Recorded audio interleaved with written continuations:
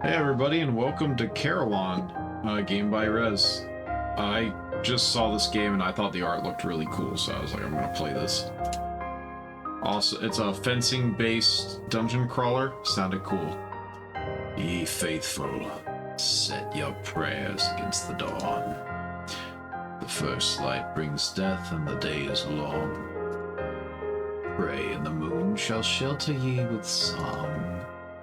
Blessed are the bells of the Carillon. Or so you were always taught. Yet over 2 years have passed since last you heard the holy bells. In your hour of need, when the star turned its light upon your village, you had beneath the collapsed granary and prayed. But that day there was only silence from the Grand Carillon. Why the bells no longer ring, none can say for certain. Some say the Carillon's bell lord has forsaken the land and its people. Others say that in the end he fell to the Starborn and now lies dead with the Carillon, tombed there with his soldiers. Among those soldiers was your brother. Whatever became of him, you need to know.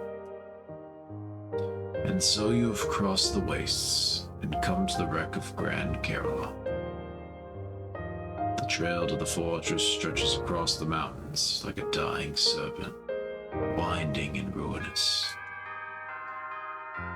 Its gatehouses welcomed you with open doors and silence. There was no guards to hold your approach, none to turn you away, if only there were. At the threshold of the final gate, you turn and whisper a last prayer. From the inner heavens, the moon shines down on you with its gentle, warmthless light. And then, with its blessing, you enter the Carillon. Inside, all is dark save for a few scattered candles. Someone here yet lives, though they may not welcome your arrival. But you can't let this deter you. Not now. You've come here for your brother. You're not leaving till you've found him. You press ahead into the South Tower. Okay, so you can interact with the bell cloaked figure. One of the 4 bell towers, the Grand Carillon, the South Tower. The bells hanging above you are silent, but seem unharmed. The console is guarded by a cloaked figure. Where's the cloaked figure? Bag. I have an empty bag. Menu. You gotta make a save. That's important. Map. Oh, heck yeah. Look at this, guys. Look at this. This is awesome. Look at this map. It's awesome. I don't know what any of this means, but it's awesome. So I can leave north. Cloaked figure. The figure turns to face you as you approach it. Beneath its cloak, its body appears to be liquid, rippling unsteadily. The Bell Lord was said to have molded guardians out of water to defend the Carillon. This must be one of them. The Guardian raises its sword as it staggers forward. Though it's heavily damaged, it seems it won't let you pass without a fight. You draw your sword and engage.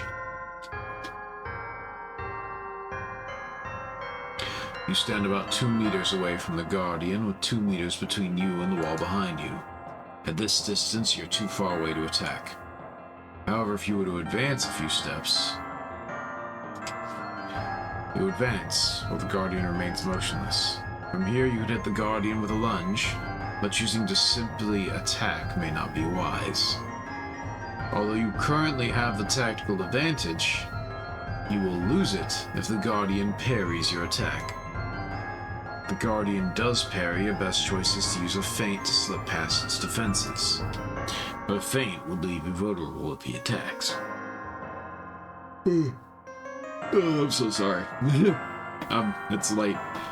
If it does choose to attack, then a parry of your own would be best. The choice is yours. So it's kind of like rock, paper, scissors. I guess. He said he was gonna attack me, so I'm gonna parry. Stays in place, clumsily attempts to attack, and I parry it, and riposte. Guardian recoils, its body rippling wildly. A faint crackling sound comes from within the Guardian.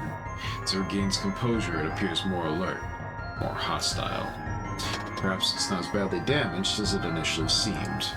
This may not be an easy fight. You retreat back to your initial position.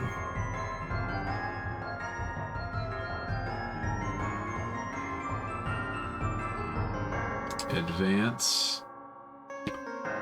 I'm gonna press the advantage. Legs don't seem to be working right. You have a chance to change either your movement or your action. No, I think this seems right. Guardian remains where he is. Take a step forward and attack.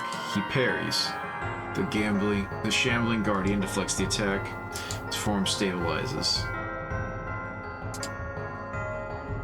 I'm just gonna stay here and parry then. He accidentally collides with me. He stumbles. I parry, but the attack doesn't come. Nothing is done. Okay. So now I'm gonna feint him out.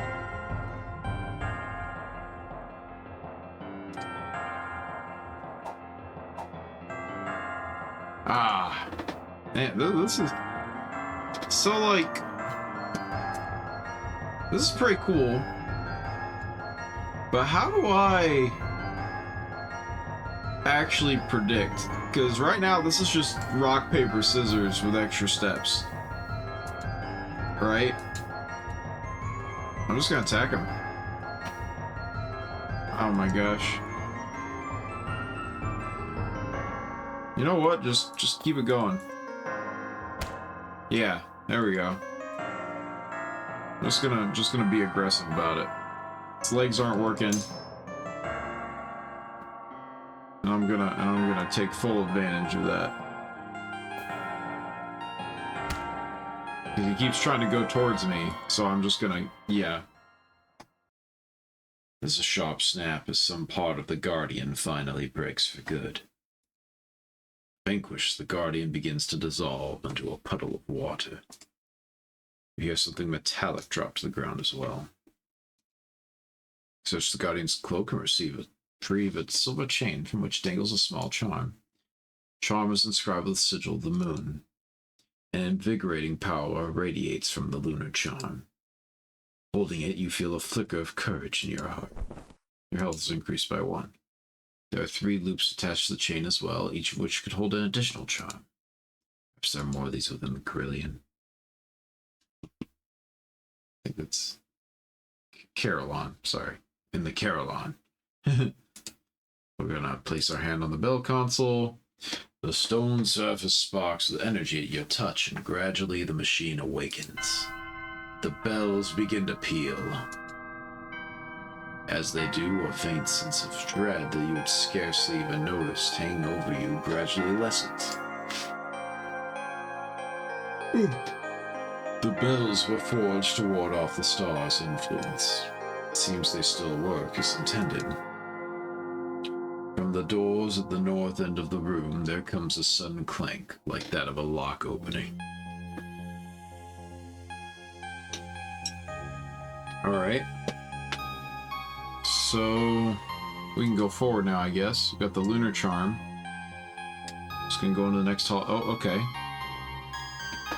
Part of the Grand Carillon's central passage, foul energy radiates from the north end of the room. Okay, so it's telling me that if I go forward this way, not good stuff. I wish I knew what these symbols were about, because like the sun is here, which I think that's the thing that the bells are trying to prevent, right? Was the star or the sun? What's with this tapestry? It's seen better days. You can tell that it once displayed the sigil of the moon. But someone or something has torn it apart. There are faint scorch marks on the fabric as well. So, I guess I can't pick up the sword or anything. Probably want to... The game's telling me not to head this way. I think we should trust our gut, especially while we don't have a lot of stuff yet. Let's head to the right here. A hallway decorated with candles and various ornamental shields. Though the room is bright, it does little to use the moon. Painted shields. Inspect which shield. Let's look at the ornate ones. These shields display the family crests of the many bell lords who have guarded over the Grand Carillon since its construction. I keep wanting to say Carillon. The most recent bell lord's crest is an eye, from which falls a silver tear. For whatever reason, the image has always unsettled you. Civil shields. These shields bear the heraldry of the soldiers who once served the Carillon. Most of them have been damaged by the flames. You can't find your family's heraldry at all. One undamaged shield depicts a gray square set within a black circle. Not sure which family that belongs to. Alright, so now there's a room right behind us, or we can continue forward. I kind of want to know what's behind us. Mirror Shrine. A small room with an altar at far end. Atop the altar rests a broken mirror. Let's look at it. You inspect the broken mirror. It reflects your image back at you, but if you look closely, it's also faintly reflecting the shadow of what looks like a key. Try as you might, you can't find the key anywhere on your side of the mirror. Perhaps if you replace the broken mirror, you'd have more luck. However, you have nothing suitable on hand. Alright, good to know. A hallway full of soot and snaking metal pipes. You spy a pile of rodent droppings off in one corner. Large rodent? I inspect the large rodent. It leaves back at you clutching a glass sphere of some sort in its jaws. The sphere looks potentially valuable. Right before you have a chance to catch the rat, scurries back into its hole. The hole seems to connect to a complex of tunnels. Perhaps the rodent has fled to one of the other entrances. It's a small hole in the wall here, just large enough for a rodent to pass through. It seems the hole is empty right now. Perhaps the rodent is elsewhere. Alright, so now we can go forward or to the right. Let's check out the furnace room. Large furnace occupies most of this room. It doesn't appear to have been used in quite some time. The Grand Carillon's furnace is large and impressive, but dead. It appears to contain a few coals already, but without kindling, you might have a difficult time starting the fire. At the moment, you don't have any kindling on hand. Heap of scraps. You sift through the pile of scrap metal until you find a piece small enough to take with you, yet large enough to be interesting. The metal is dark gray, or a dull dark gray, and in no particular shape. It has a sparkle to it that you find appealing. You pocket the metal scrap. Alright. Let's check out this hallway. Hall of portraits. Portraits line this corridor. Their subjects ranging from stately portraits to more abstract compositions. You feel their eyes upon you. Painting of a man. Painting of a man in yellow robes. He carries a sword and a ring of keys. The moon in the sky behind him shines with a cool light. There's something faintly off about the man's eyes. Tall paintings? The left? 3 women stand in the middle of the shade of a tree. High in the sky above them, the star blazes with its cursed fire. A small dark chest sits upon a table. To its left are 2 candles, to its right 4 oranges. Shapes writhing beneath the table look almost like hands. And the last one, there's one on the right. One young man sits alone upon a chair, his head in his hands. Darkness surrounds him. Then what's with the ugly portrait? You stare at the hideous visage set upon the wall, and it stares back with almost palpable malice. The painting was at one point probably of a pleasant couple. It appears to have been revised at some point. Judging by the thickness of the paint in certain places, perhaps revised multiple times. Certainly never by anyone who knew what they were doing. Final product is profoundly unsettling. Promptly remove it from the wall. Is it in my bag now? Creepy portrait. I didn't even... Was it on the wall somewhere, or did I just miss? Okay. I don't know what we're doing with this, but... Alright. The Gibbous Chamber? A room adjoining the Carillon's East Tower. A glowing crystal sits atop a pedestal in the center of the room. Its light glints off the four glass panels by the East Tower door. What's with that crystal? Inspect the crystal. It radiates a bright but diffuse blue light. The light from the crystal glints off the glass panels surrounding the East Tower door. The glow as well, perhaps from having faintly absorbed the light, but only faintly. If you only had some way of focusing the light, perhaps you could accelerate the process. Unfortunately, you do not. A set of four glass panels in the shapes of a triangle, square, circle, and diamond. They glow very faintly and seem like they might somehow be connected to the East Tower somehow. Okay. So, I'm guessing I can't go into this East Tower. Oh, no, I can. Okay. One of the four bell towers, the Grand Carillon, another Guardian looms over. Okay, yeah, so we'll fight the Guardian, yeah. As you do, the Guardian of the East Tower lumbers toward the center of the room to meet you. It's somewhat bulkier than the South Tower's guard and appears far more functional. Draws its sword and takes a defensive stance. Finding this Guardian will be no easy feat, but if you seek to ring the Eastern bells, you have no choice but to fight. I should have saved before I did this. Oh my gosh! Oh, I'm in trouble. I'm going to stay and parry. Guardian's Blade dips a little. If it what does it do if it dips? I'm gonna keep where I'm at. Strides forward, stay put. I parry. He lowers sword. Oh, he fainted. Oh. Trickle of blood runs down to your arm and under the grip of your sword. Alright. In that case, you know what? Advance and attack. Oh, Oh, I suck at this game.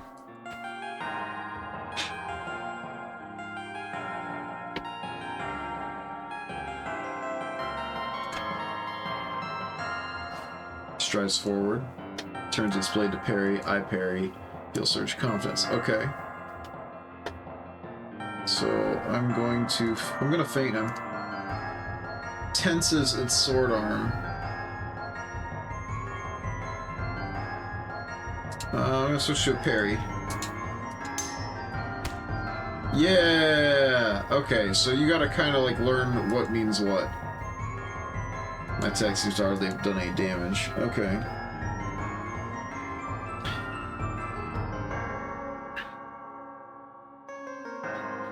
So you only want to advance if you don't have the advantage, because then you have a chance to disrupt. I'm just gonna attack. Parry? Okay, parry. Yep. Okay, yep. So it'll tell you what he's doing. Okay.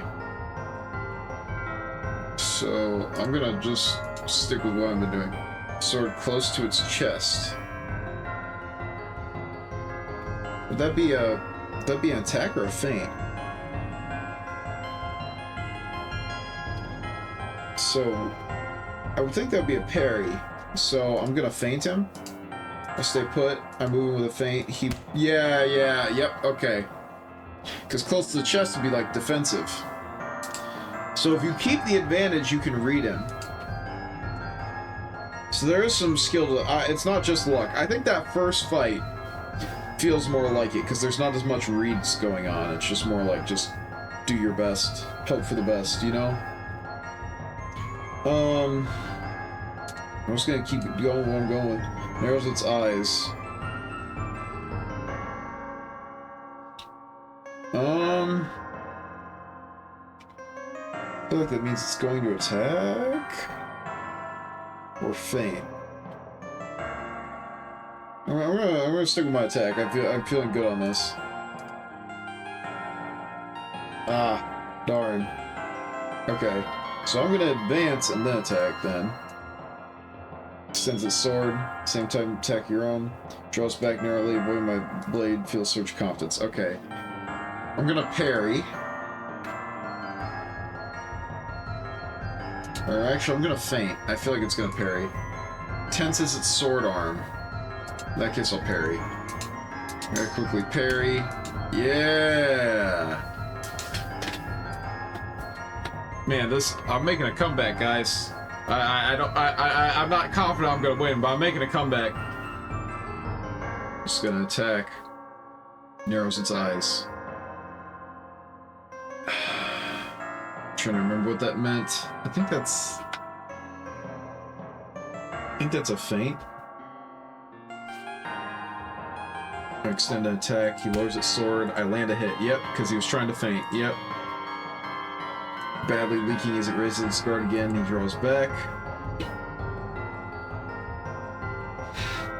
Start with an attack again. Sword is close to its chest. That means it's going to parry. So I need to feint. Yep, so I hit. Yep. One more hit. Come on, guys. We got this. We got this. Start with the attack again. It appears to brace itself.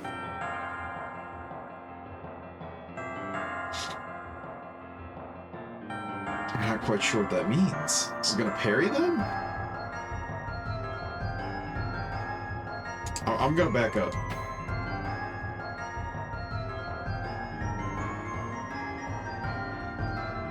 I'm gonna advance and attack. Okay. I'm gonna go for a parry. It's holding its ground. I'll feint. Oh, no! Oh, we got it to 1! Are you kidding me? I got it full to 1! For my last HP. And then he won. Oh my gosh. Find yourself once again in the South Tower.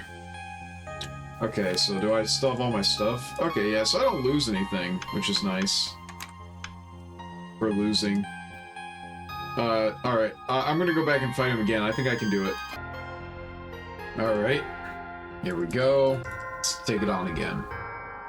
So, now... stay where I'm at and attack. Sword close to its chest. In that case, I'm gonna feint. Yep. I got your number now, guy. Come on. Sword close to his chest. Feint again. Oh, hey. Alright, in that case, I'm gonna advance and attack. Ah, he parried me.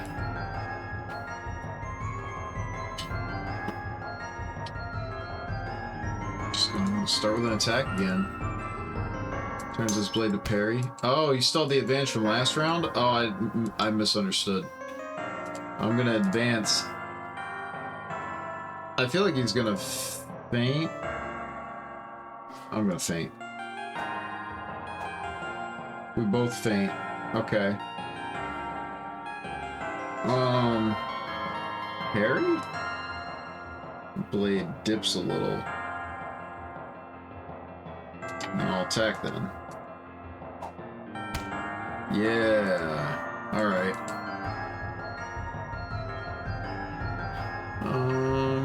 Stand here and attack. Seems to brace itself. I'll feint then. Yep. Just gonna stay. Slowly extends his arm. I don't know what that means. Does that mean he's gonna... I feel like that means he's gonna either... slowly extends his arm. What does that mean?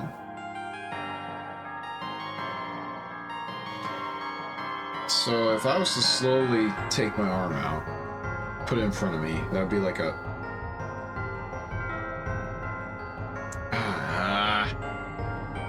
I'm gonna feint it. I should have parried. Ah! Again! Appears to brace itself. Feint. Yeah! We're gonna feint again.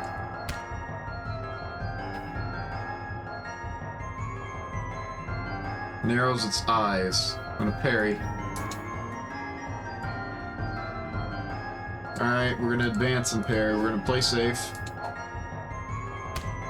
Ah, he feinted me.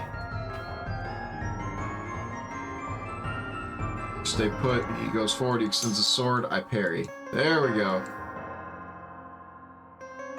So really, this game is like, it's only random if you have disadvantage. I'm gonna attack. I'm just gonna attack. Appears to brace itself. I'm gonna feint. Yep. All right. I'm gonna play a little different. I'm gonna feint this time.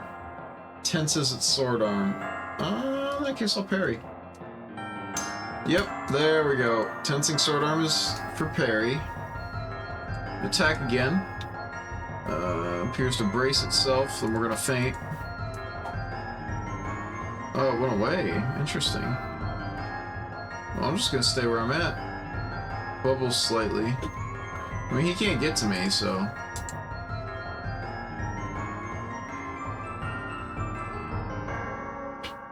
I'm gonna advance at the same time in hopes that he does as well. And then I'm gonna go in with a parry. Okay. Attack. He stands tall. I'm just gonna assume attack is safe. Oh, he parried. Stand tall is parry. Okay. I didn't take a damage from that one, though. I'm gonna parry, then? Shouldn't have parried again.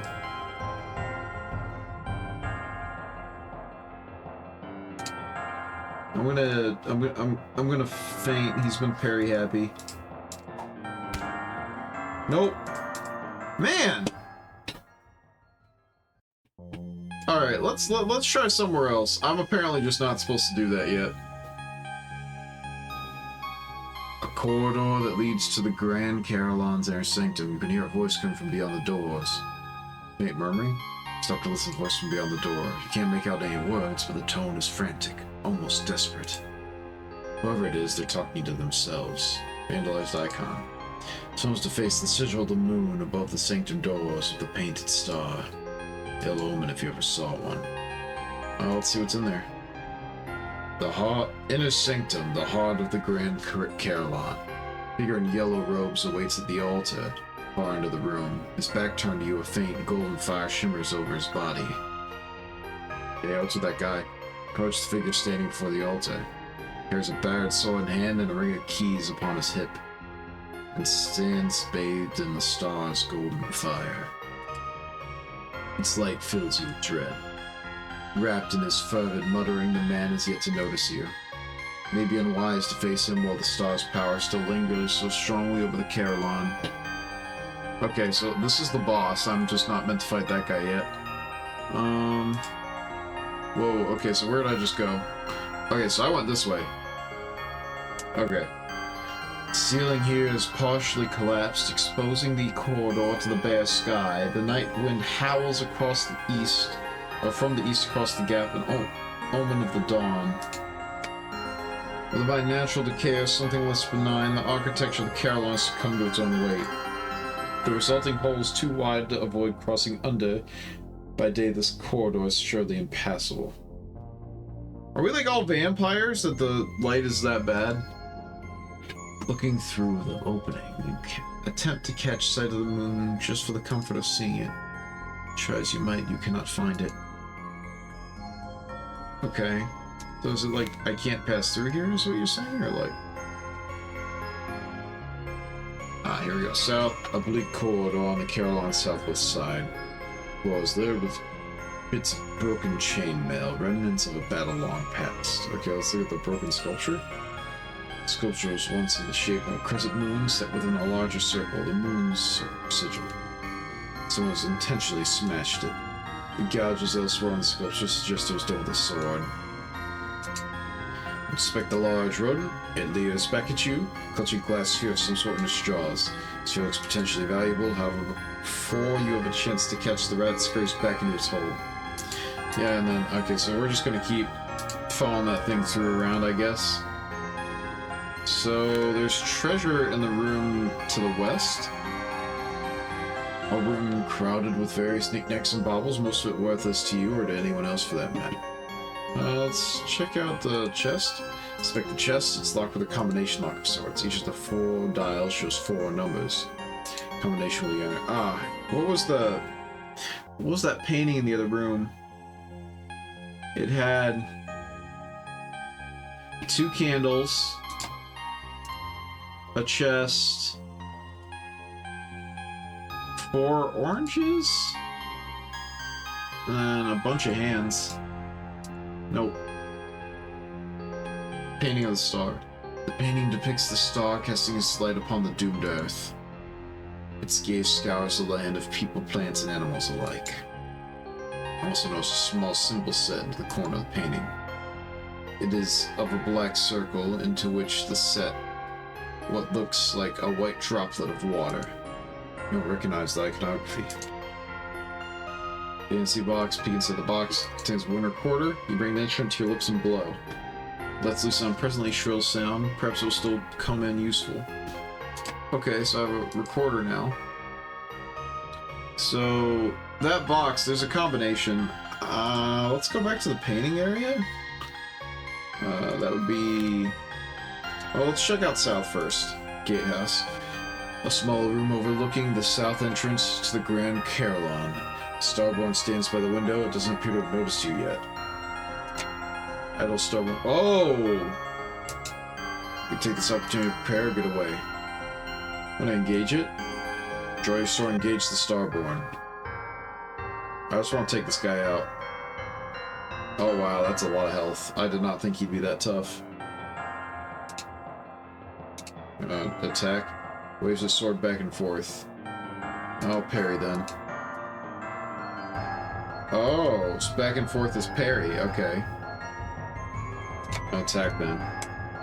Maintains position, extend sword. Attack as well. Okay. I'm gonna feint him. Flames run down his legs.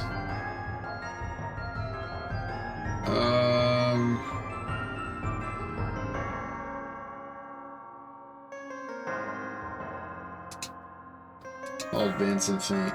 Oh. Dang it! So, just don't advance while he's in front of you then. Advance, parry. Oh my gosh!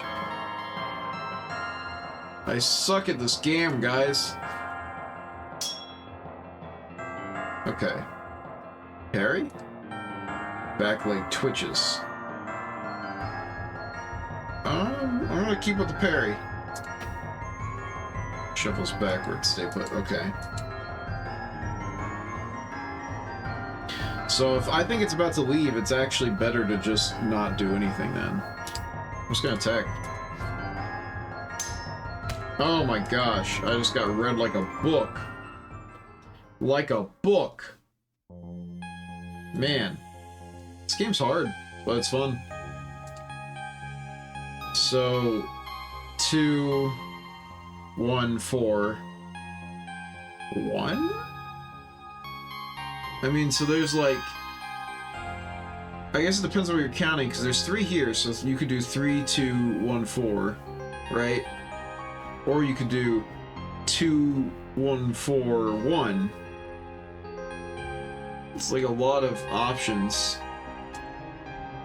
I'm just going to continue forward over here. Let's see what else is in here. Dungeon. East side of this room is sectioned off with metal bars, forming a cell in which a reclusive-looking man sits and watches you and gives you a curt nod. I'll interact with him. You approach the cell, and the reclusive man stands and walks over to the bars. Oh, now here's a new face. Welcome to my humble abode. It's not much, but it's better than nothing. He raps his fist against the bars, which you notice are made of the same silvery metal as the bells. Safer in here than out there, anyhow. Now then, crossing paths with a stranger in here of all places. Awfully peculiar, no? Tell me, what brings you to the Carillon? You know anything about my brother? Oh, looking for someone, are you? Can't say I've seen him around or anyone else like that, but I hope you find him. While you're looking, perhaps you can find a little something for me as well. See, I'm looking for a particular rarity, the Eye of a Starborn. 2 of them, to be precise. Ah, but these old bones are hardly fit for fighting. I see you've got a sword, though. Mind hunting down a couple Starborn and bringing me their eyes? Of course, there's something in it for you as well. Reaches into his pocket and retrieves a small silver chime, a miniature of Carillon's bells. It's dangerous out there, as now I'm sure you're well aware. This could come in handy for a survivor like yourself. The chime for 2 eyes. If you're interested, you know where you can find me. Okay. Maybe let's check out the armory. A room full of battered armor and broken weapons. Little of what you see here remains functional now, but the equipment was clearly of fine quality. Suit of armor. Armor on display is half melted. Through the metal plates are made of iron. The places where they melted look almost gold. Emblazoned on the chest plate is a black circle containing a number of smaller silver circles. Not a symbol you're familiar with. Oh, maybe that's the combo. I don't know. Old helmet? Mostly okay looking helmet among the junk. It's too big for you to wear, but perhaps you can carry it by its chin strap like a basket. It's worth taking anyway. Tarnished shield. Take the least damaged shield along with you. This one's badly tarnished, but you can tell it's above average in quality and must have positively gleamed once while tending to. Or with a little tending to, perhaps it could again. Oh, shield now. Oh, so if I polish it, it may work like the mirror? Can I polish it?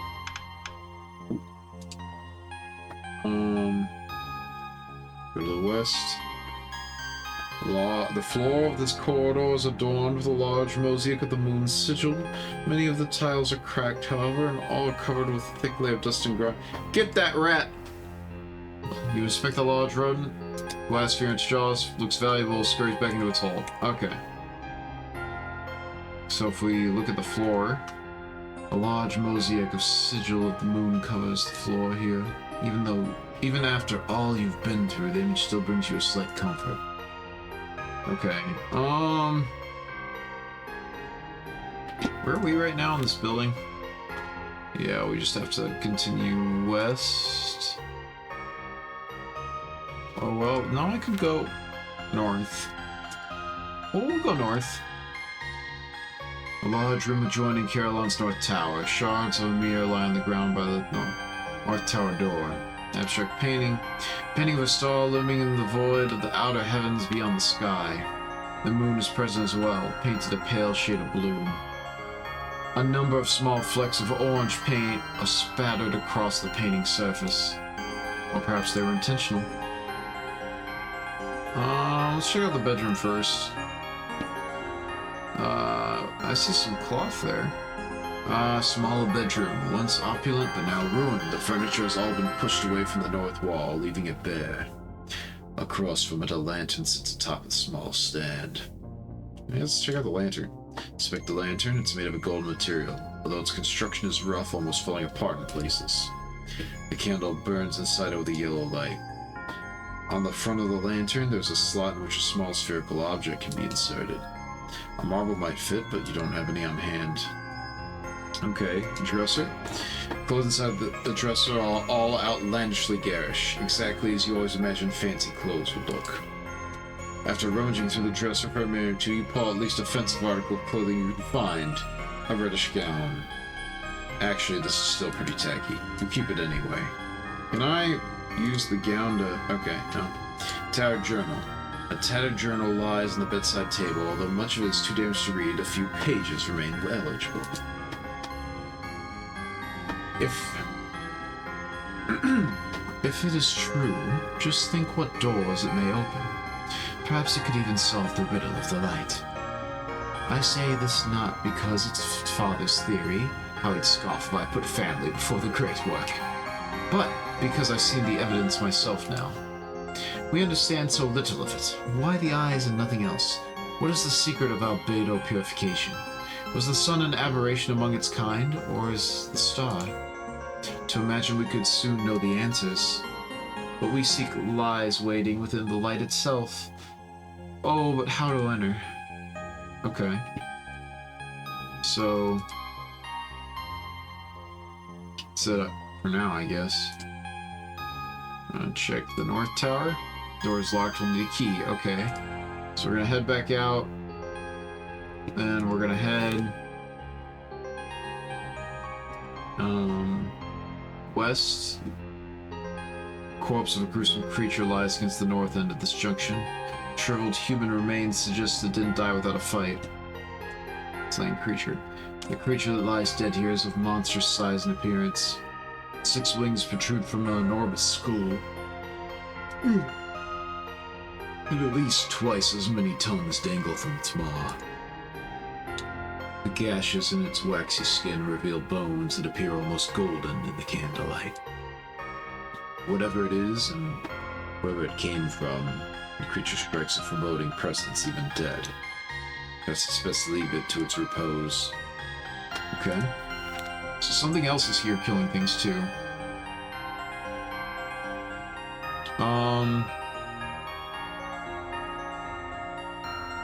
So there's another flame guy encounter directly left and up. The dining hall.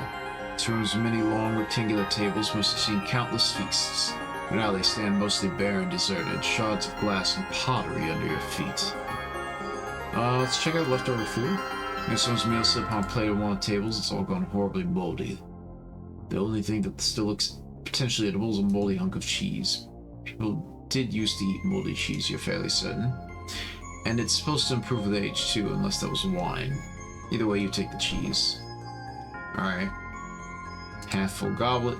Found a crystal goblet sitting on one table. It's half full of some vile liquid, or is it half empty, which you dump on the group?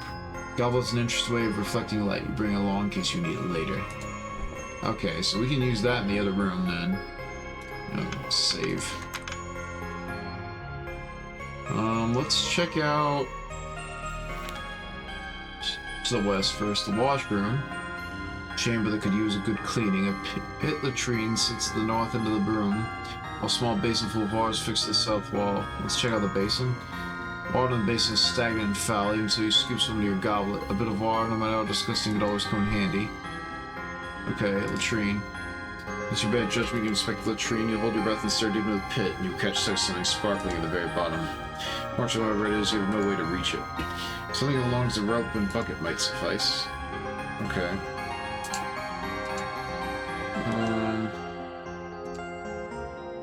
Check out the kitchen here. A room once used to prepare meals for Carillon's inhabitants. Only the mess remains now. Stove. Though it may once have been used for cooking, this stove is broken beyond repair. Oddly, parts of it appear as though they were melted by an intense heat. Within, half buried by the debris, a small object glitters in the candlelight, catching your eye. Reaching to retrieve and find a small yellow marble, slightly chipped in places and scorched in others. The center of the marble is a streak of brighter material, almost like a ray of light caught in the glass. Marble polished on your cloak and placed into your bag. Alright, slab of meat. Slab of meat lies on the counter, and against all odds it almost seems fresh enough to eat.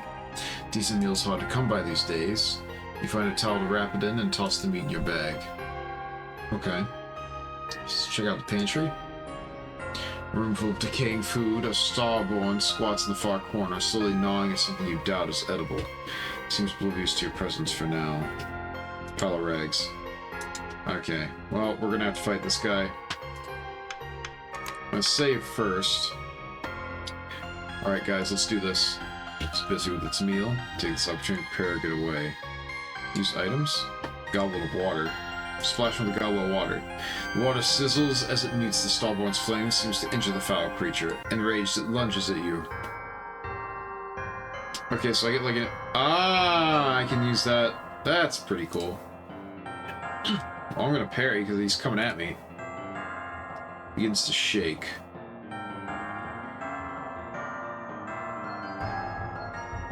I'm gonna stay at the field. Oh no, he just went back. Okay. I'm just gonna wait. Drops his guard, you have a chance either... No, I'm just gonna stay. I stay put. Take no action. I'm gonna advance and faint. Ah. Parry?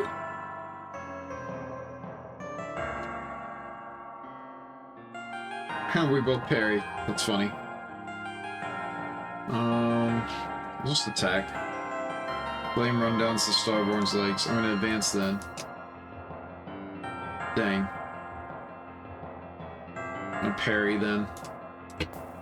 Drags stuff forward, accidentally trips and falls. The attack doesn't count. Okay. A feint. Hunkers down. Yeah, that seems right. Stay put, you move with a feint. Okay, so hunker down means you attack? I would have thought that would mean parry. Okay. Drag yourself forward, extends his sword. And I attack at the same time. I gain advantage. And I attack again. Seems a little jumpy. I don't know what that means. I'm gonna attack. I attack. It parries. I'm gonna parry them. Bring yourself forward. Next thing, collide you, trips and falls. Attack. Seems a little jumpy. I literally just know what that. What did he do last time? It was He was a feint? No, it was an attack. I'm gonna feint him. Yep, if jumpy was parry, that's right. Yep. Alright, and parry? It's probing my defenses. Yeah, so that means it's probably gonna feint then. So I should attack? Yeah! Attack again? Waves its sword back and forth? Should probably parry then. Okay, so wave sword back and forth is parry as well. Okay. I attack. Okay, so I got lucky on that one. I'm gonna attack. Switch to a feint. Yeah. Okay, I think I got this. Attack again. Sways unsteadily. I don't remember which one that is. I'm gonna attack. Ah, sways parry. Okay. Parry? Attack? A little jumpy. I believe that's parry? So feint? Yeah! It did it! I won my first, like, actual fight. That wasn't the tutorial fight. The Starborn shrieks and writhes as the flames consume it. Very quickly, it's reduced to little more than a charred husk. Among the ashes, you see something gleaming and pick it up. It's a sphere of a glass-like substance. You feel a magical energy pulsing within it. Pocket the sphere and leave the rest of Starborn's remains to smolder where they lie. Need the rags. Nothing in the rags, but of course the rags can be handy a pinch. You take the roughest, most durable scouring cloth you can find. Preserve foods. Take the remains of Carillon's provisions. As a scavenger, you're used to lowering your standards once it comes to food. However, even you can't find much here that you consider edible. Can I... See, I got all these items. I wish I could make them do things. So we're gonna go back. Did we check the room to the left? Yeah, that was the washroom. So we're gonna head back east. And I could head down and check out the rooms and I'd make a full loop. But I have some stuff that I want to interact with, so I'm gonna actually go and do that first, I think. Because we had that lantern in the bedroom.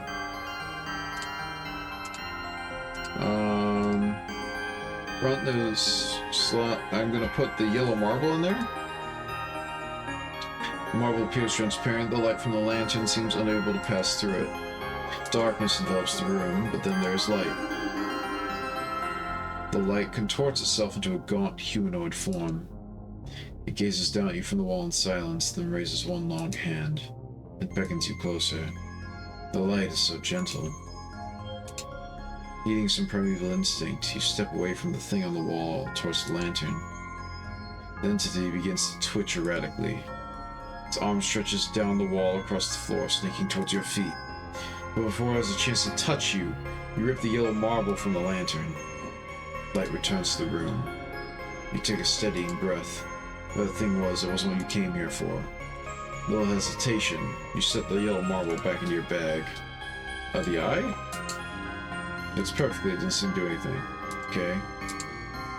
So there's something going on with that guy and that thing, but I'm just not gonna mess with that for now, I guess. I want to go back, so east, no. Dang it. Thought, yeah, east, south, south, mysterious crystal, focusing the light. I can use the goblet to focus the light. I'm gonna do it in the circle panel. Now the square, diamond, triangle. Well, I gotta find a hint for that.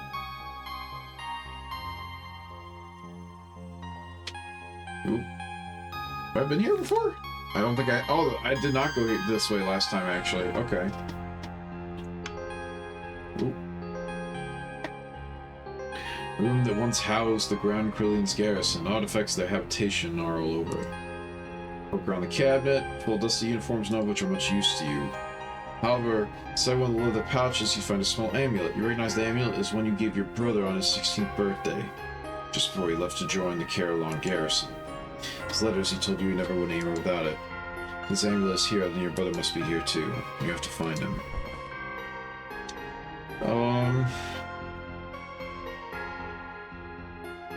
Soldiers' beds. You plunder a blanket from the soldiers' beds. It's not exactly warm, but you're supposed to do it in a pinch. Desk. In the desk you find a diary of a soldier. It's not your brother's, but in her diary the soldier does mention him a couple times. She mostly seems irritated by his jokes. You can sympathize. The soldier's diary ends randomly on what seems to be an insignificant day. Last entry's date over 2 years ago. Okay.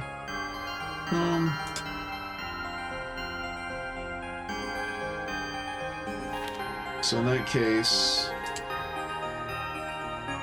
we're gonna head back to the Mirror Shrine.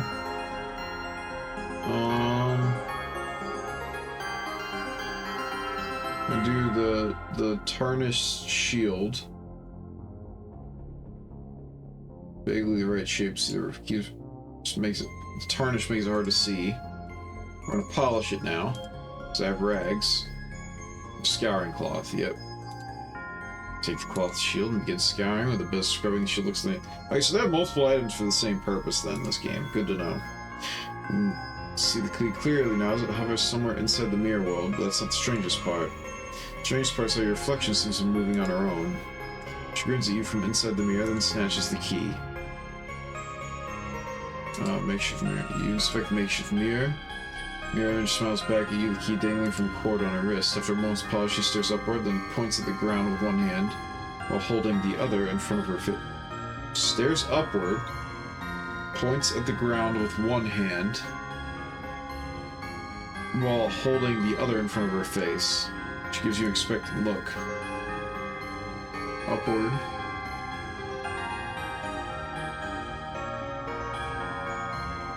Stare upward. Forms a triangle with her hand, shuts one eye, and bows her head. Form a triangle? If you responded, she points to you, brings her palms together, and tilts her head to the side. Oh. Tilt head? Shakes her head. Seems you're missing. Okay, so I need to follow this correctly.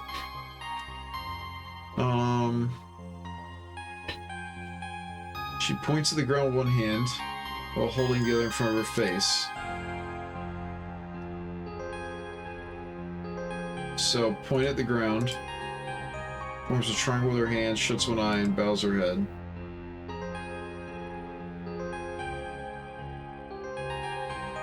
Bow your... I think the triangle?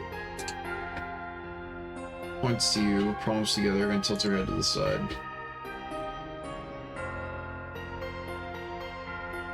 Palms together. Okay. So she's trying to tell me something, I think.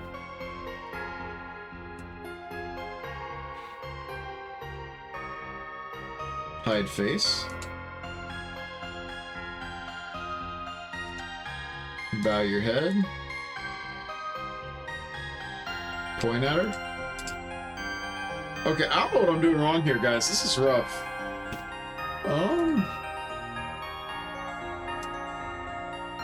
She stares upwards, then points at the ground with one hand,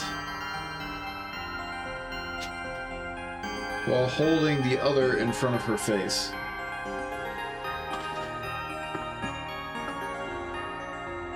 So, gives you an expectant look.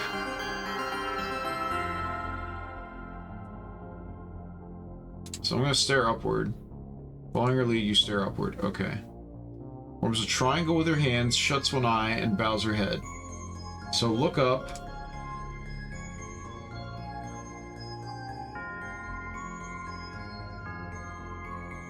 Close an eye. She points to you, brings her palms together, and tilts her head to the side. And tilt my head. She wants me to see something, right? So do the stuff that lets me see stuff. So stare upward, form a triangle, and then tilt my head. I don't know what I'm doing wrong here, guys. I'm gonna pause. I'll come back when I figure this out. I think I'm just missing something. I'm gonna come back. So I think we just need to fight that Tower Guardian, I think.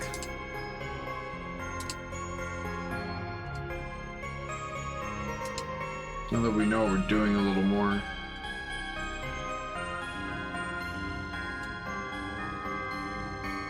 Yeah, it's just stuff from before. Yeah, we just need to fight that East Tower guy, I think.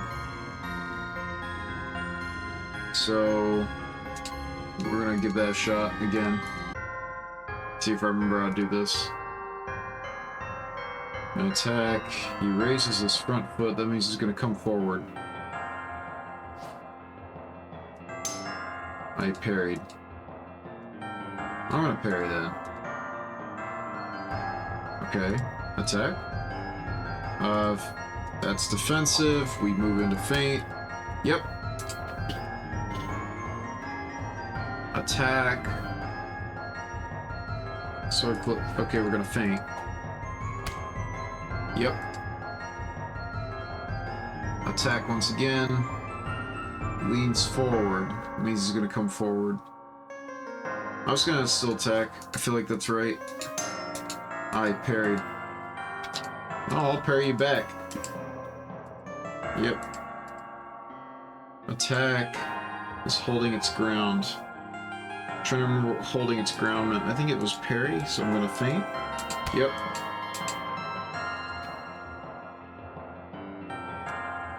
Let's again start with attack. Sword close to chest. Yep, that's a parry. This guy just likes parrying. Tenses its sword arm. Parry then. Yep.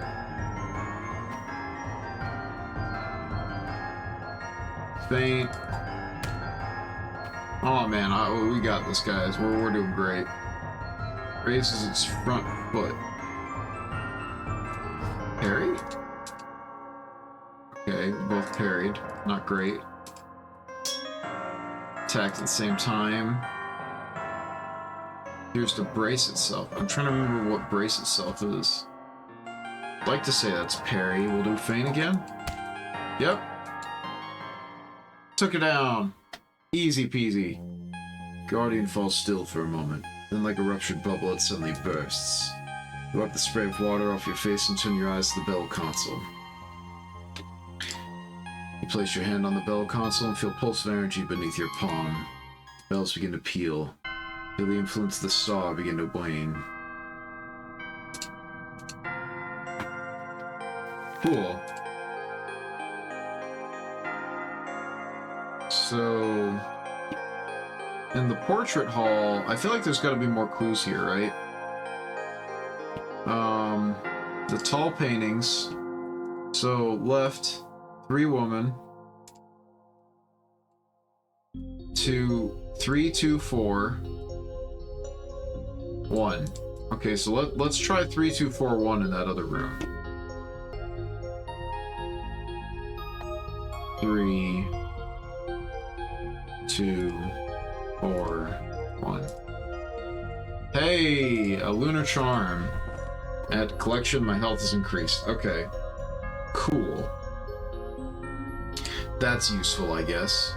So now that we kind of understand how to fight stuff a little more, let's check out the rooms we haven't checked out yet. Actually, on the hole in the wall, let's put that cheese down to get the rat. And then I'm gonna go north, back south. Okay. So just leave it there for now?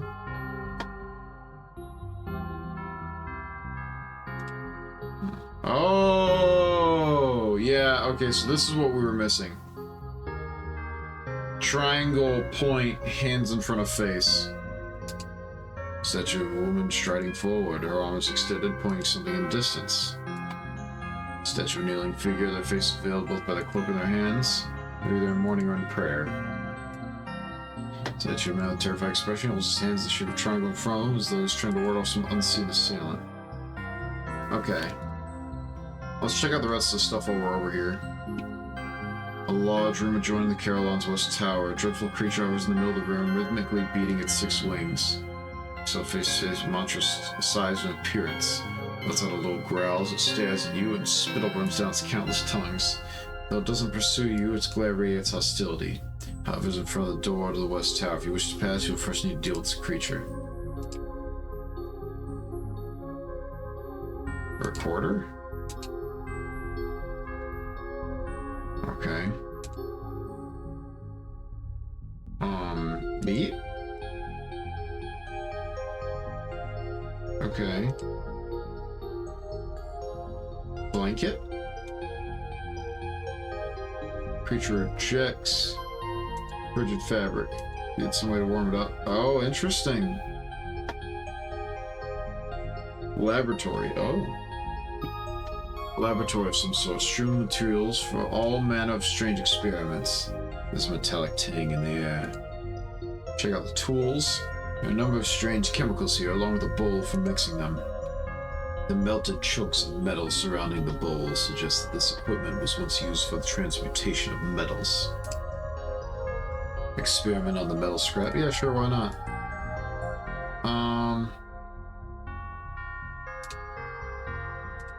Let's see, let's look at the diagrams first.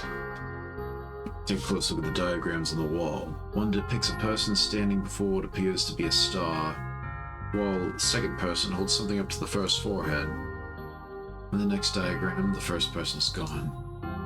Different diagram shows a circle with some sort of ink splotch in the middle.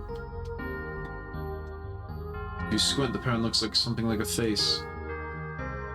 The last diagram looks to pertain to the alchemical equipment. It shows 3 empty black circles above an empty bowl.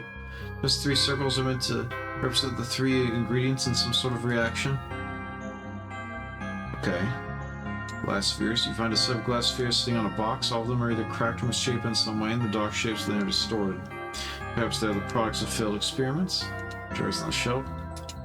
Find one labeled XXX. You suggest it's either some liquor or deadly poison. Either way, it's yours now. Okay, so if I do the tools...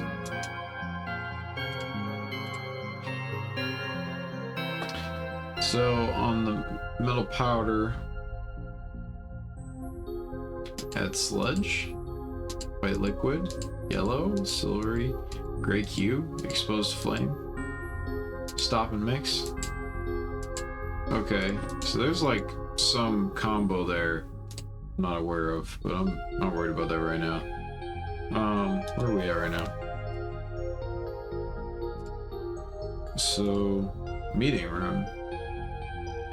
A chamber with a table, chairs, and a small fireplace. In better days, it might have been a nice place to pass an evening. Portrait of a group of people, all smiling. A man in yellow sits at the center of the group, and a young girl stands at his left hand. Beside her, a woman in green is staring up at the sky. On the opposite side of the painting are two old men holding hands. The last figure is a man in blue or perhaps green, proceeding towards the back of the group. His smile seems a little forced. A small book full of various jottings, not by the name of Sun, but by another less in memory. Merely cleanses night, that by night we may. Alone over stars see starving, and perhaps in its wick. None of it makes all that much sense. So let's... one sec. Name of Sun, but by another less in memory.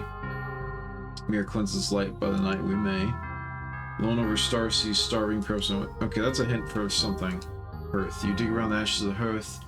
Eventually, you unearth a small glass sphere. It's transparent, red with a dark swirl at the center. You stow it in your bag. Okay, so I can use that with the lantern in the other room.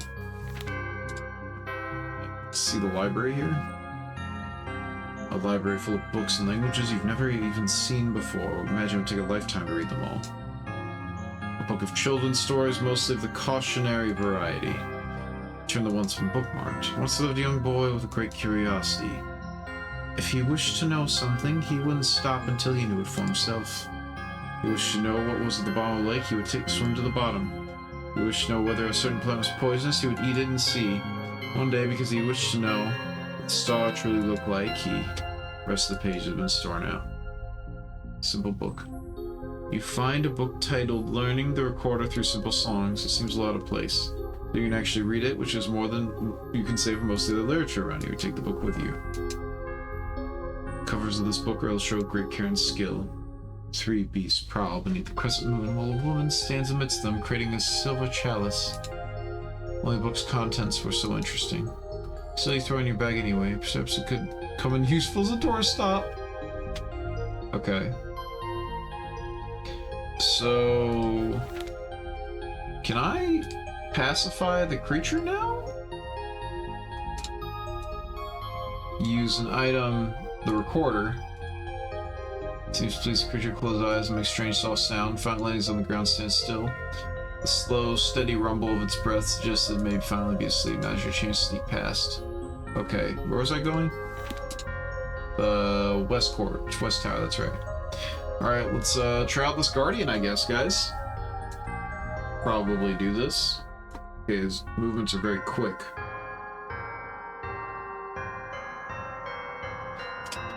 Just gonna start with an attack. It tenses its sword arm, so we'll parry. Okay. I'm gonna parry again. Ah, it's faint.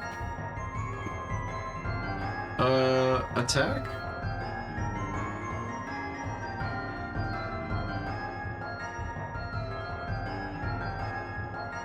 Oh, we're gonna faint.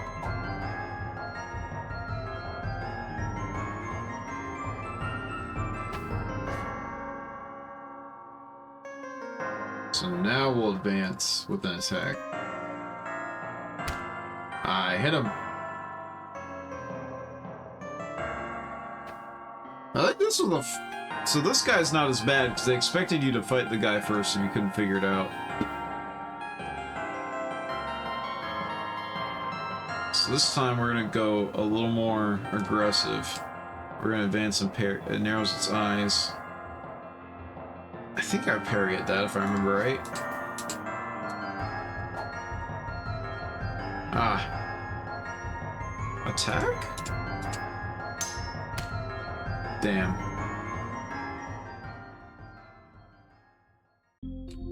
Yeah, alright. We're gonna try that again. Alright. Give it another shot. Okay, so I'm gonna advance this time. Here's to brace itself. We're gonna feint then. Oh, it went back! Alright, I'm just gonna stand here and parry then. Ah, it feinted. Oh man, that does double damage. Alright. I want to advance into him. And just parry.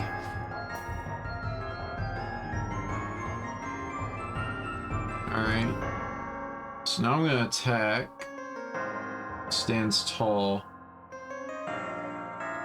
Feint? Yep.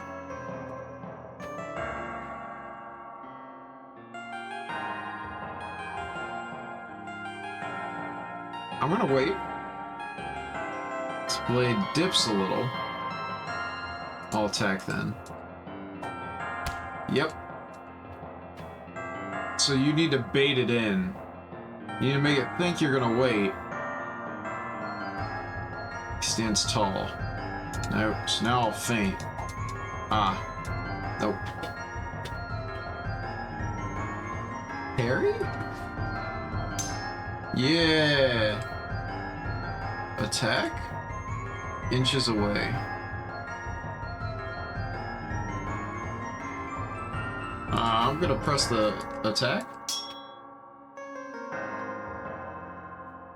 Okay. Parry. Okay. Maybe I should be attacking in these situations. I don't know. Attack it? It's holding its ground, so I feint. Okay. Parry. Dang it. Why does this thing do 2 damage? Alright. So, I'm gonna wait. Tenses its sword arm, so now we parry. Okay. So I'm gonna advance and attack. I feel like this is right. Yeah!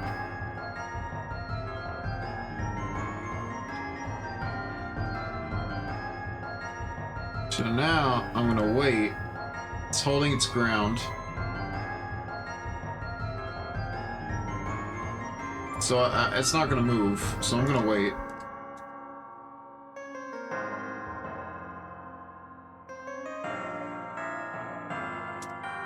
Appears to brace itself. So now I'm gonna feint. Oh, backed up. Interesting. Well, I'm gonna wait here because you can't hit me. Yeah, you suck. Advance and attack now. Ah. You know what? Advance feint. Screw it. Yeah.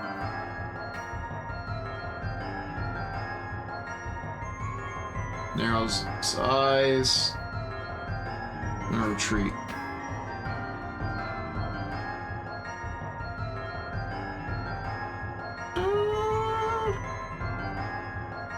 Attack? Feint.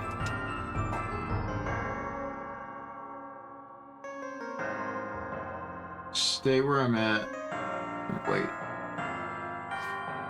Yeah. So now I can advance and attack. Ah, parry. Okay, so we're gonna wait, let it come in. Or we're just gonna wait it out because it's gonna do its thing. We're gonna let it come towards us. It can't hurt me, and I know it. So I'm gonna wait. Slowly extends its arm. Ah.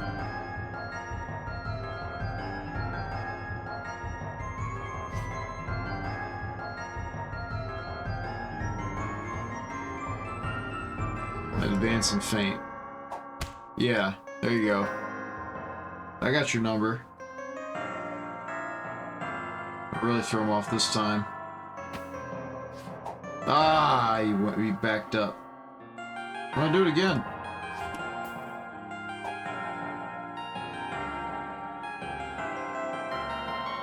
I'm gonna attack him. Guardian stands tall. In that case, I'm gonna faint. Oh, what? Every other time it stood tall, it's parried. Okay. I'm just gonna do it again anyway.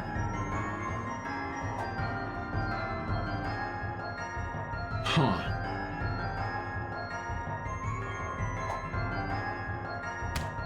Yeah.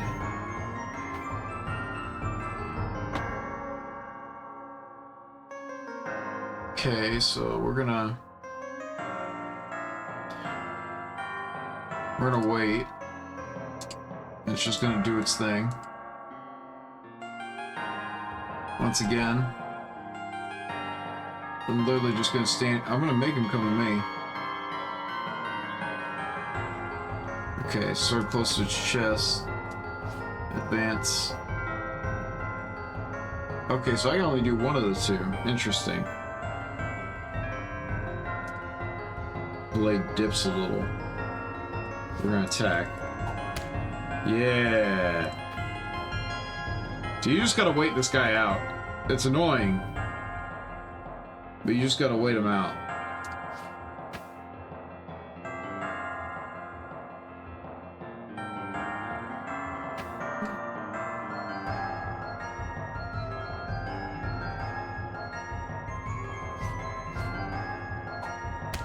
Ah! Are you kidding me? So you just have to be like super aggressive with this guy. Ah! It's tricky though.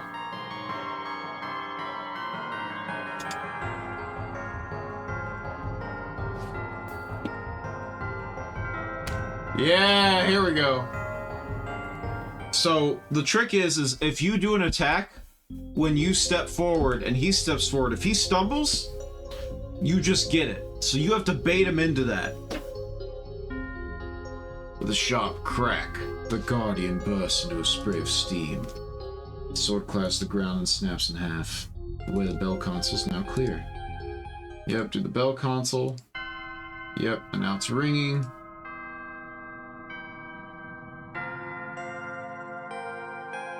The lab, I don't know what to do with this yet. Let's go check out the room with the lantern. I feel like that's a good lead, right? Actually, wait. Where was the room I put the cheese? Hole in the wall. Oh, I couldn't put the poison on it? Okay, well. Oh well. Oh, right, we have the answer the mirror puzzle now. Let's do that, actually. East. South. East. South. Okay, so... hiding the face, triangle hands, and point at her. The you in the mirror laughs silently and then erupts into a swirl of silvery liquid. The liquid gushes out of the surface of the shield and hovers before you in the air. It seems to be waiting for you to approach it.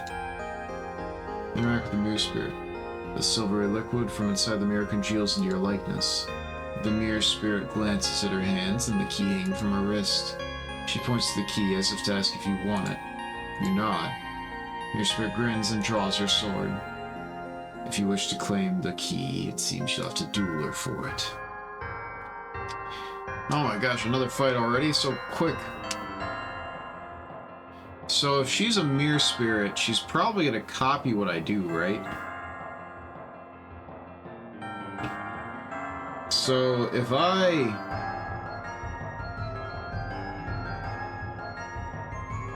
just sit here and parry. Taps her point against the ground.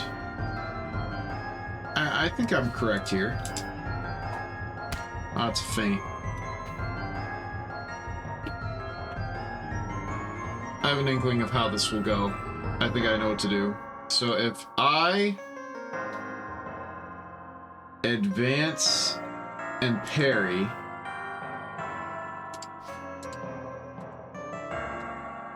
yep, they parry. So now if I attack, I'll feint. We're just gonna advance attack again, because why would I not? Oh, it's a parry. Attack? Oh my gosh, the parries! Of course the mirror parries a lot. Of course it does.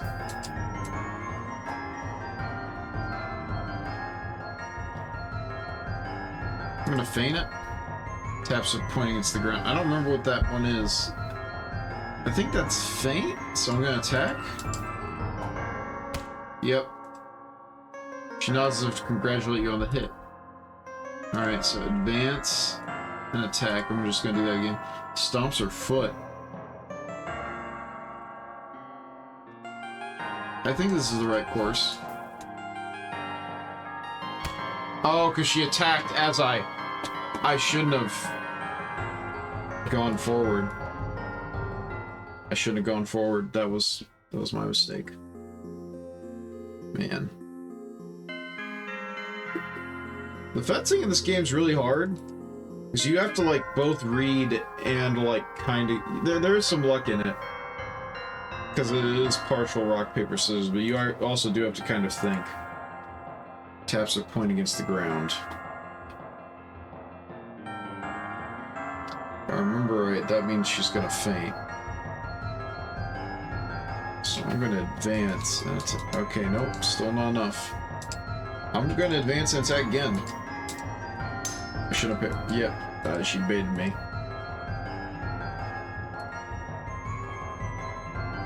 I'm just gonna be aggressive about it. Yep. Advance feint this time. Parry. Ow. Advance and attack. Collides with me, gets hit. Okay. Advance, attack once again. Taps are pointing against the ground. Yeah, I'm correct in what... Oh, but I need to... If I think she's going forward, I need to not advance.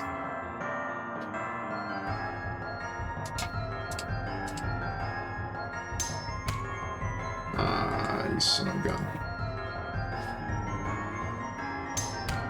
Yeah, they just keep doing the parry. It's rough. It's really rough. Because, like... I'm probably playing really stupid right now. I'm really tired at this point. I'm playing this game for over an hour. It's like 3 in the morning. I'm trying to stay up for work.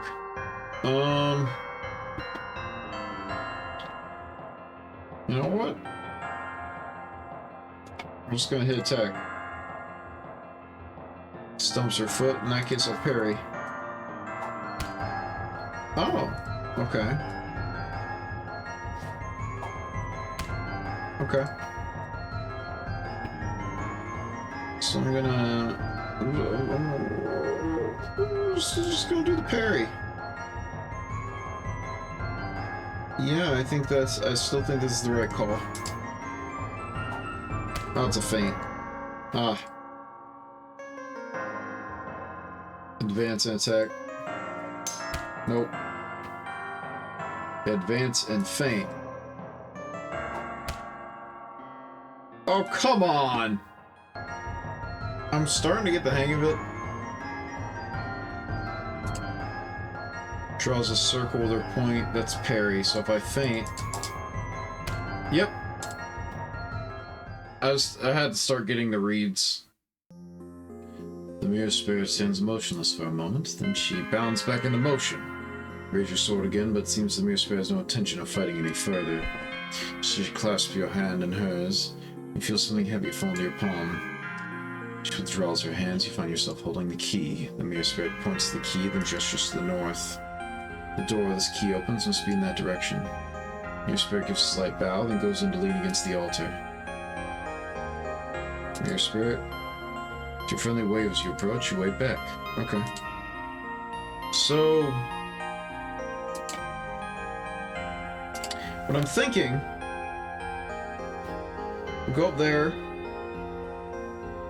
and we can check the red thing in the lantern.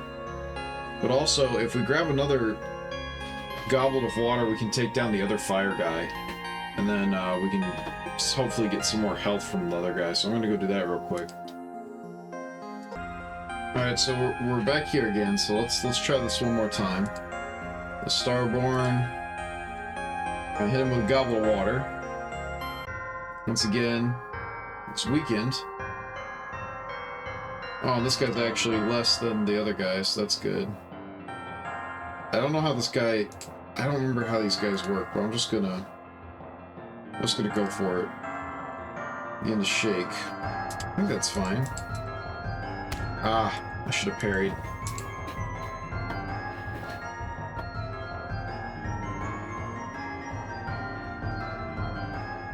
Okay.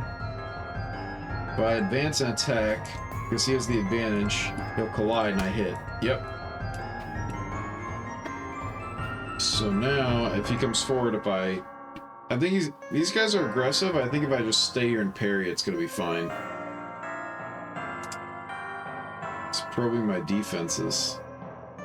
So then I'll hit with an attack because he's gonna faint. Yep. Once again, I'm gonna stand here and parry. Glances around the room.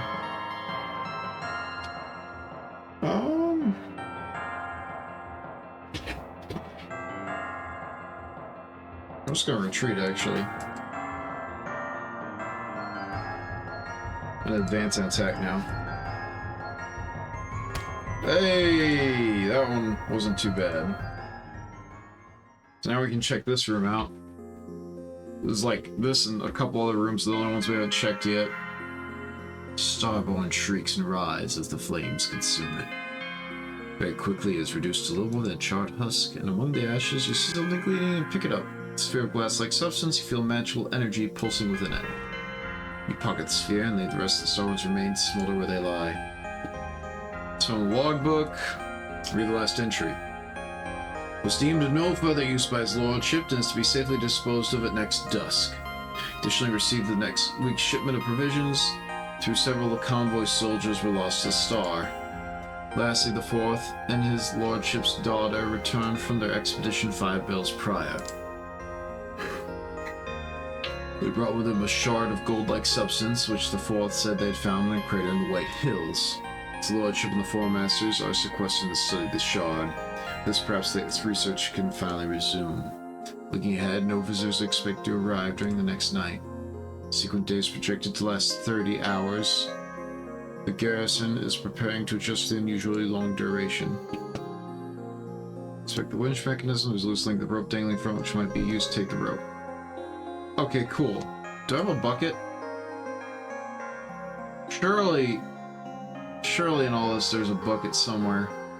Oh, I have the helmet. Yeah, so now we can go to the latrine again.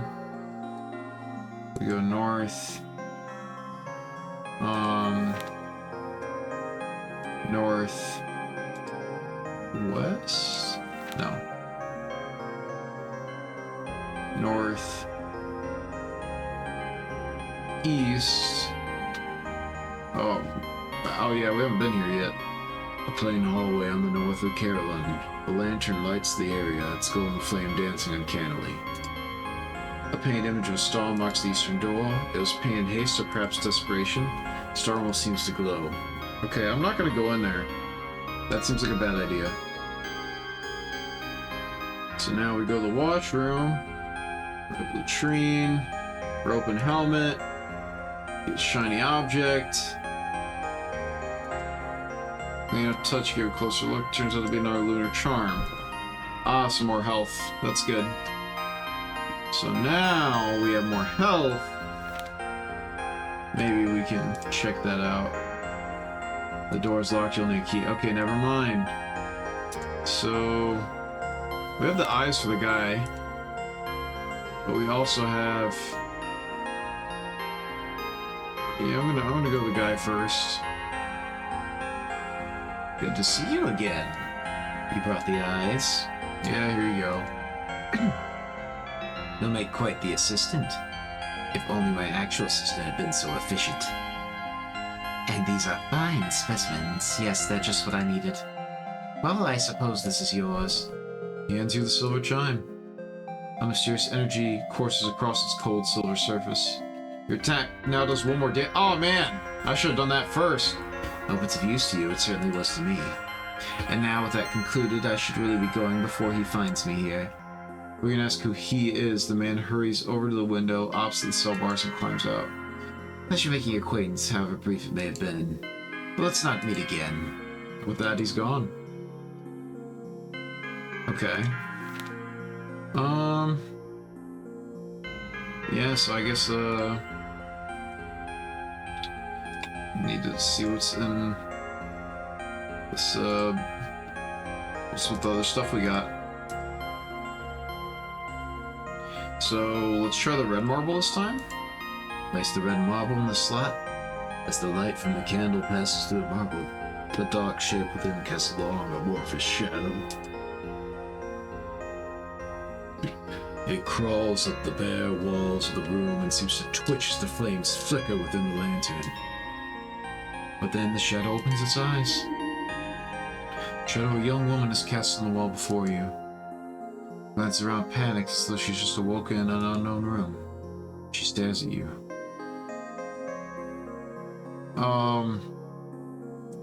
Show a picture of your brother? You sketch a crude picture of your brother on some nearby scrap paper and show it to the shadow. Scrutinizes it for a moment, then nods. She traces a sequence of letters on the wall. W, S, W, S, E. You etch the letters into your memory. Do I need to write that down? Well, it says I etched it in my memory. Okay, gesture the lantern. You point the lantern and the marble inside it. The shadow looks away. After a moment, she places her hand on her chest, then tips to point to the marble. Her hand is trembling. Hold out your hand. You extend your hand to the shadow. Her eyes dart toward the sword at your hip, and she flinches away. Okay, I'll take the marble away. So, what was it again? It was... It told me I etched it into my memory. Dang it.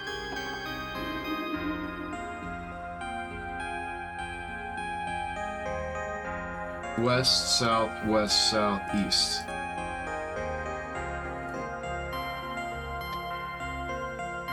West, south, west, south, east. So he's in there.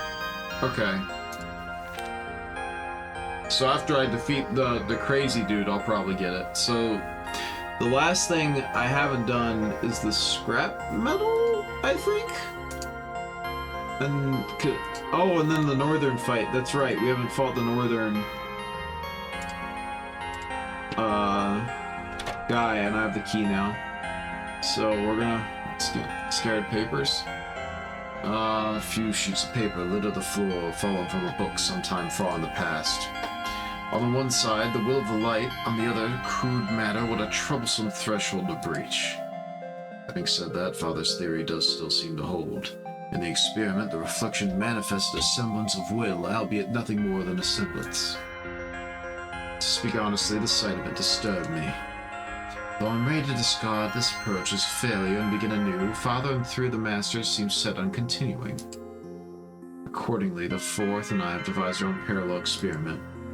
He's admittedly not the easiest to work with, but I would never shy from the chance to contribute to the research, even if only as his assistant. We depart next dusk to gather the necessary materials. Alright. Oh, there's no guardian here? I could just hit the bell console? The bell begins to peal. With all four bell towers restored, the star's influence is lifted almost entirely from the Grand Carillon. However, your search isn't over yet. place yet remains, the inner sanctum. Placing your faith in the moon's protection, you set out for this chamber at the center of the Carillon. Alright, so we do need to check out that lab, though.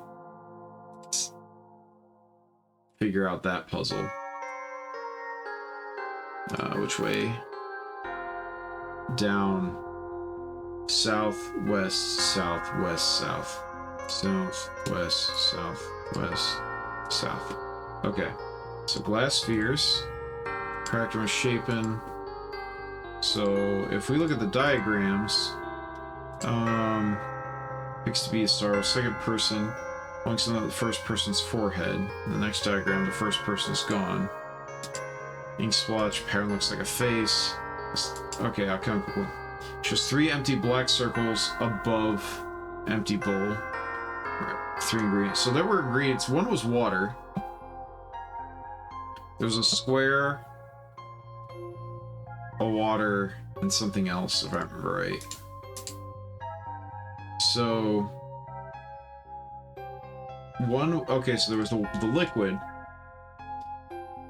a gray cube, and then it's like 4 squares. Would that be silvery pellets? Exposed to flame? Stop and mix. Yeah, that's not it. I'm gonna figure this out. I'll be back. Okay, guys, so I actually had it right. I just wasn't supposed to heat it. You stir the chemicals together, and after a few minutes, the metal scrap begins to change. It smooths into a disc and takes on a silvery color. A faint design on the surface begins to become clear. It looks a lot like a lunar charm. Same protective magic seems to emanate from it, so you add to your collection. Your health's increased by 1. Okay, so now we have all the upgrades, so we're gonna go take on that boss. Boom, boom, boom. And we'll do a save. Let's do this, guys. We got this. Okay. He hasn't noticed me yet. We're gonna confront him. You draw your sword. At the sound, the man turns to face you.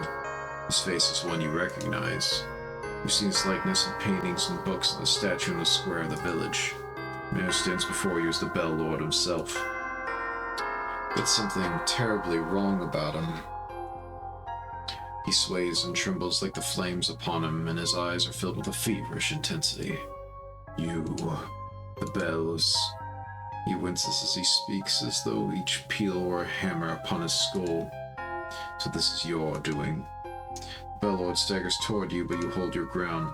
Did the Fourth send you to meddle in our research to kill me? Do you even know what you've done? He brandishes the sword and points it at you.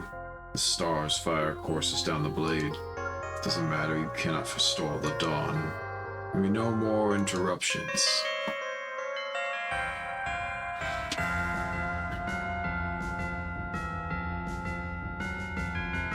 I'm just gonna parry. His weight on his back foot.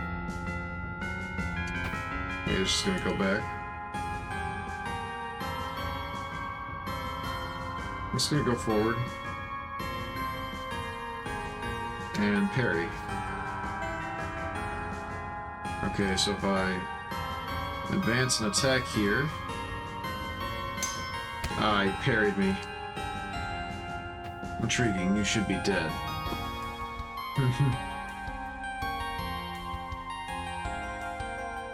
So... Actually, I'm gonna stay and attack. No, I'm gonna advance and attack, yeah, because if he goes forward... Okay.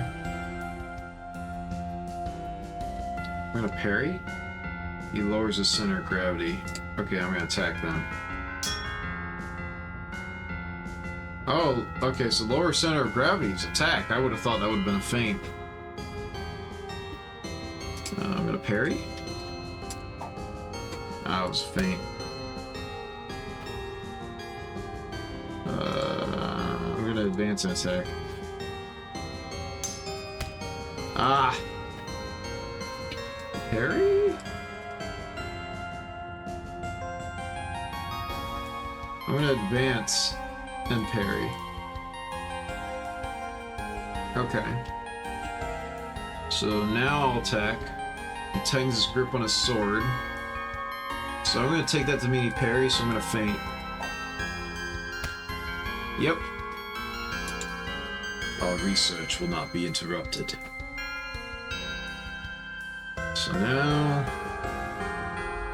Oh man, this is hard. I'm just going to stand here and attack. Flames crawl up his arm. Okay. I think that means he's going to attack, so in that case, I'm going to parry. Parried. The gas will clutch his wound. The golden flames surrounding him begin to flicker. You visionless child. Alright. So now...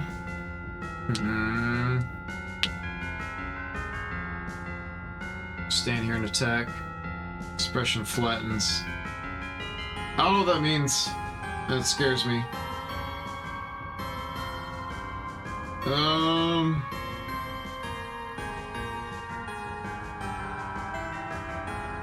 Parry?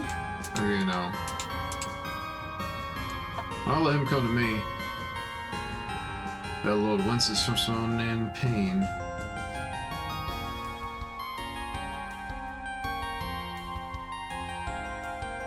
I advance and parry, that's the safe move here.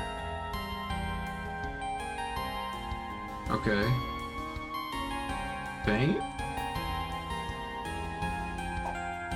Ah, I should have attacked. Attack at him? Lowers the center of gravity. So that one was attack, so if I parry... Yeah! First try, guys! First try! Finally! I get a fight first try! As your blade slides out from beneath the Bellord's ribs, you lock eyes with him. But his eyes are as dead and hollow as glass. The Bellord reels backward. Golden flames gush from the wound on his chest, and though they didn't burn him before, they now consume him. It's so hot, but it promised. Whatever else he has to say boils away in his throat as fire spreads across his body. Whatever else he has to say boils away in his throat as the fire spreads across his body. His flesh withers where their fire touches, till nothing but charred skeleton remains. Finally, he falls to the ground and lies still. Check his corpse. Glows faintly with the golden fire like a dying coal. And key still dangles from his hip. It's hot to the touch, but you wrap your hand in the cloak and take it. It's key for what seems like every room like Grand Carillon here. The Bellord was supposed to be the Carillon's guardian. We're supposed to keep it safe, to keep everyone safe. This body may have been the Bellord's once, but the man you fought here was no longer him. I suspect the Bellord was dead long before you came here. Check the altar. It's dried blood here and there, and a handful of feathers and many candles. For some reason, the candles seem to burn more brightly than anywhere else in the Carillon. So now we need to go... No, that's not the right direction. West to here we go. Bellord's study. I'm gonna save again real quick. Alright.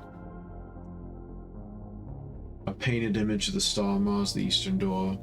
It's painted in haste or perhaps desperation. The star almost seems to glow. You unlock the door.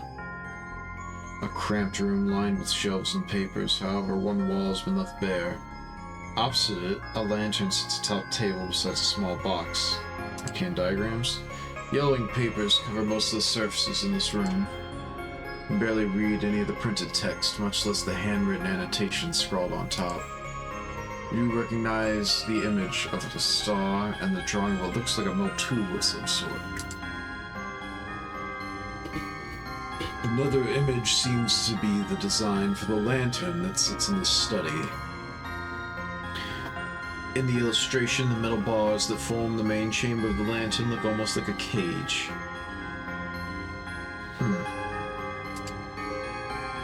The lantern in the box. You inspect the box first. Inside there are 3 glass marbles, one green, one blue, and one purple. You've seen their light before, though the coloration is different. Their size is the same as that of the Starborn's eye. You then turn your attention to the lantern. Seems the one in the bedroom, but more refined in its construction. The marble slot is empty. So the yellow was the old man, I thought. Red, green, blue. Oh my gosh, there's so many colors. It was in the painting, but I don't know which one my brother was. I'd like to say green. Place the green marble in the slot. Light from the candle passes through the marble, casting a long shadow that eventually congeals into a human form. Shadow of a lady stares upward from the wall. No, this was the lady from before, that's right. There's nothing but ceiling above you. Her gaze seems fixed beyond that, upon something deep and distant in the sky. You cannot tell what she is looking at, or nor whether she regards it with fear or awe. Perhaps both. No matter how long you wait, she pays you no regard. Or if she's found out there, she is lost in it entirely. It's the marble. Okay, so blue. Replace the blue marble in the slot. The light from the candle passes through the marble, casting a long shadow that eventually congeals into a human form. The shadow of a soldier faces you. He's tall, his hair is messy, and his eyes wide as he stares at you. The shadow is your brother's. You rush toward the wall to embrace him, but your arms only meet stone. Your brother shakes his head. He raises one hand and spreads his fingers, as though pressing against the wall from the other side. You place your hand over his. Remain there with him for a long time. Finally, your brother motions towards the lantern. He moves his fingers together and raises them as though lifting a small, delicate object. He pulls his hand into a fist and smashes it against his palm. Fixes you with a desperate look. Blinking back your tears, you nod. You move your brother's marble from the lantern and he vanishes. Hold the marble gently before you, your hand trembling. The dark pattern inside reminds you of a moth with its wings spread, fluttering through the deep blue of the night sky.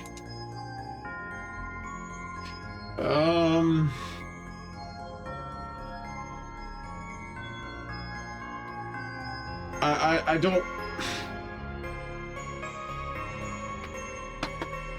I have a save. I don't want to destroy it just yet. There might be a way.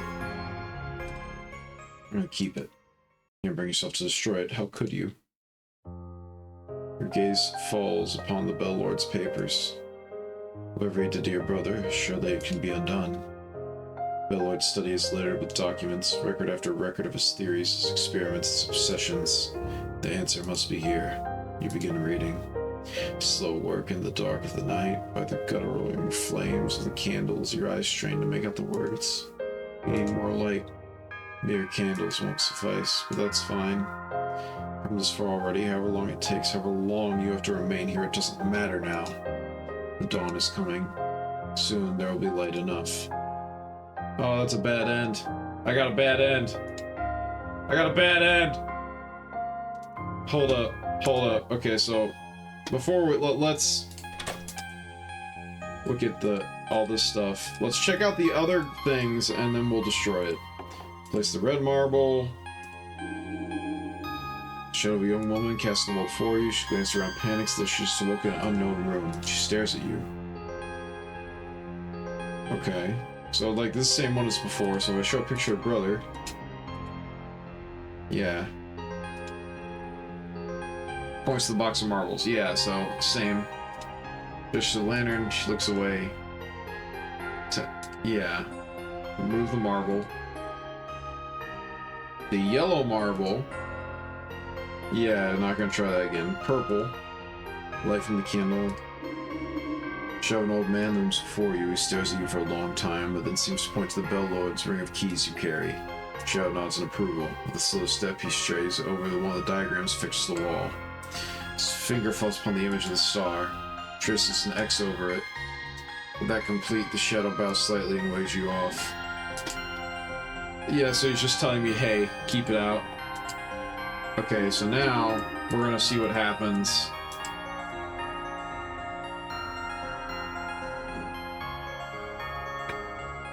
We're gonna destroy it. I'm sorry, brother. You shatter the marble against the ground. shards glitter against the dark stone, like stars amidst your tears. Staring down at them, you know there's nothing left for you here. Hope we destroyed the other ones too. I wouldn't want to leave them like that.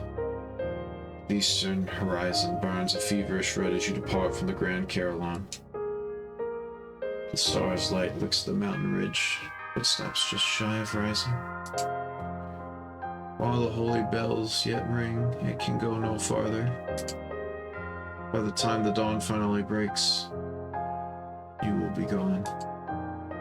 Where you'll go, you cannot say. What even remains for you now, you don't know. Something brighter than starlight, brighter than broken glass. Try as you might, you cannot imagine it.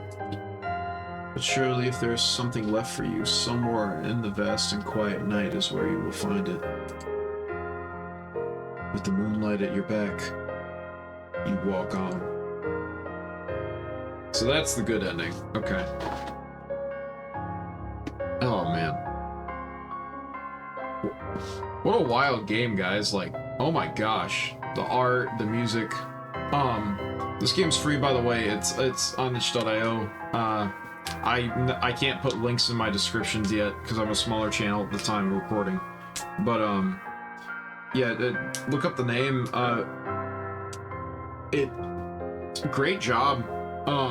Combat had a weird intuition to it, which is like, if you've ever like even play sword fought with somebody, you kind of know like it's mind games, right? And they really captured that really well. Very good job at that.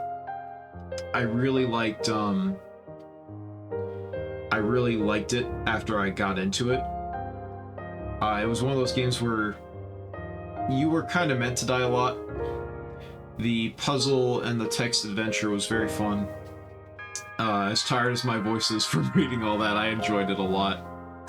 Sorry about all the yawns. Once again, it's pretty late at the time of recording. There was something else. Oh yeah, so story was really good. I liked discovering all the clues and finding the little puzzles.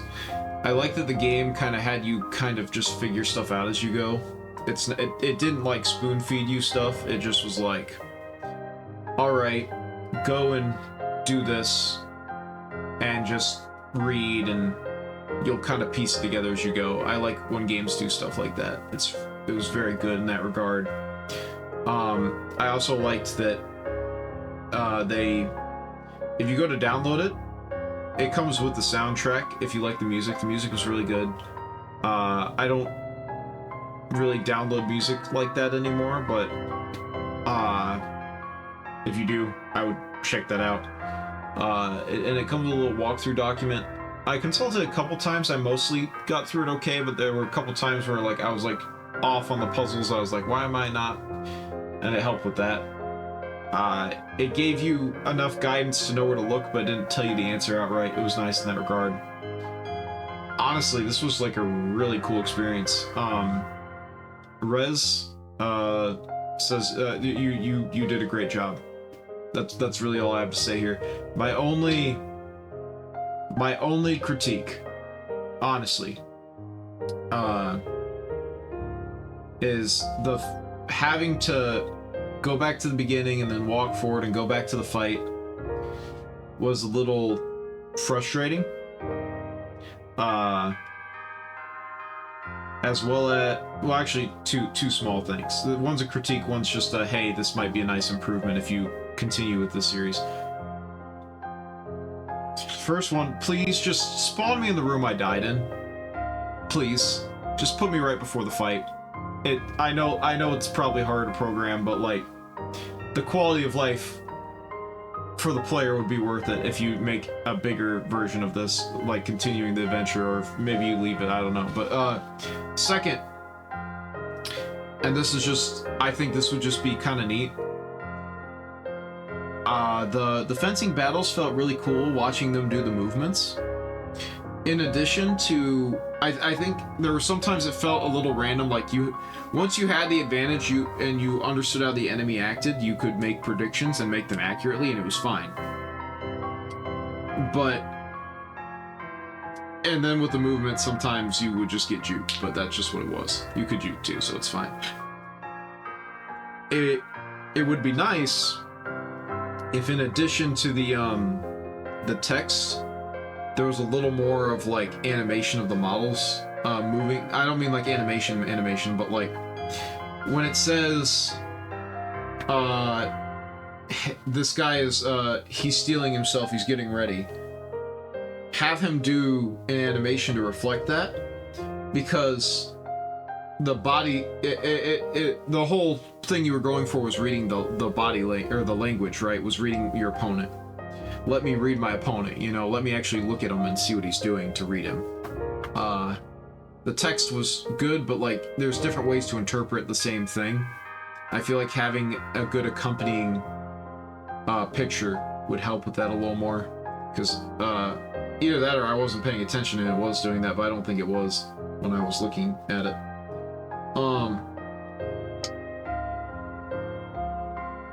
Man, that was really solid experience. Just I'm still like reeling a little bit. That was really good. You did this. This is very unique. I've not done anything like this. Great job. Honestly, you should be proud. With that, I'm going to catch you on the next video. If you're still here, thank you all for watching. And you know, if you liked it, please give it a like and maybe subscribe for the next one. I hate to ask that, but it really does help out a lot. So thank you all for watching, and I'll catch you all next time.